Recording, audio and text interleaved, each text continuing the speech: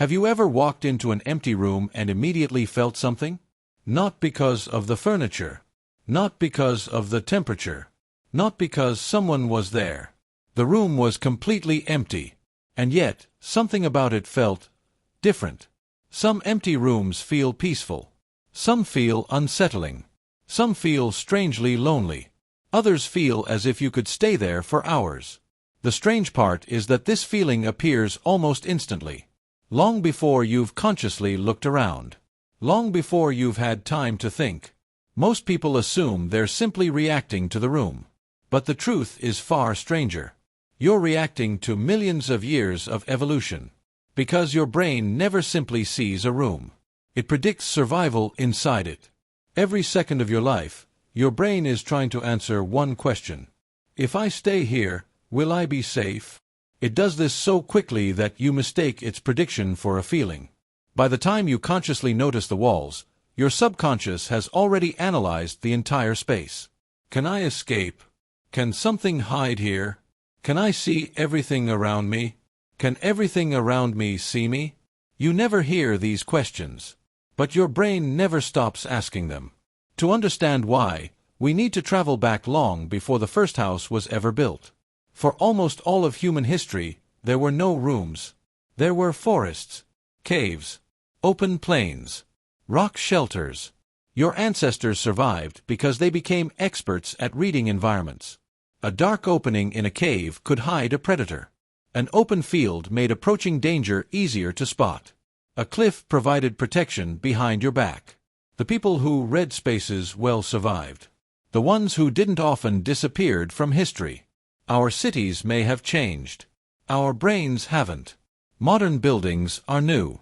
But the software running inside your head is ancient. Every hallway, every staircase, every doorway is quietly interpreted using instincts that evolved in landscapes, not architecture. That's why certain rooms immediately feel different without any obvious reason. Take ceiling height. Researchers have discovered that high ceilings encourage broader, more creative thinking. People become more open to possibilities. Lower ceilings have almost the opposite effect. They encourage concentration, attention to detail, careful thinking. The room isn't making you smarter. It's changing what your brain believes the environment requires. A low ceiling quietly whispers, focus. A high ceiling whispers, explore. Neither sentence is real.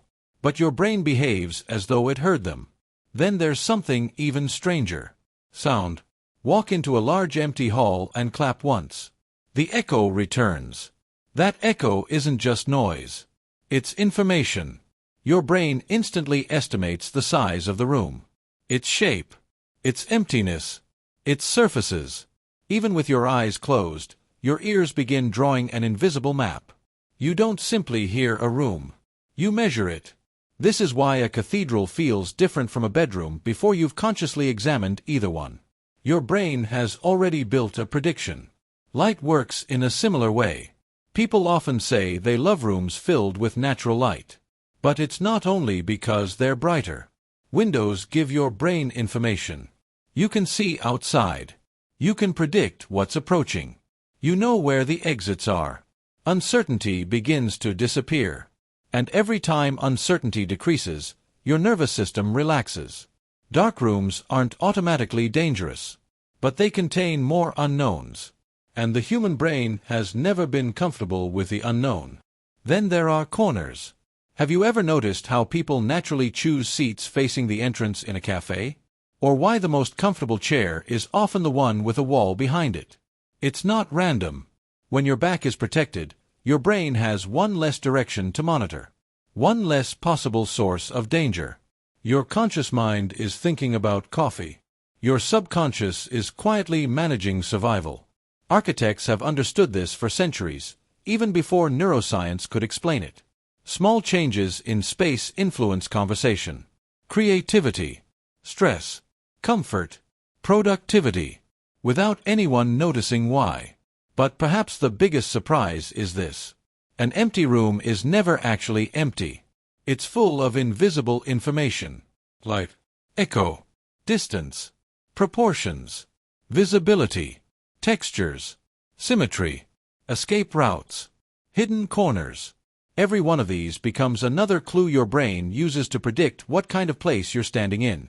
You consciously notice almost none of them. Your nervous system notices all of them. Together they create something we casually call an atmosphere. But atmosphere isn't floating in the air. It's being constructed inside your brain. This is why two people can walk into the same empty room and feel completely different emotions. One remembers a childhood classroom. Another remembers a hospital. Another notices the silence. Another notices the sunlight. The room provides the signals. Your brain writes the story. And perhaps that's the most fascinating part of all. Rooms don't have personalities. Walls don't create emotions. Buildings don't decide whether they're comforting or unsettling. Your brain does. The next time you step into an empty room and instantly think, "This place feels strange," pause for a moment. Look around. Notice the light, the ceiling, the corners, the windows, the silence. Because what you're experiencing isn't the room itself.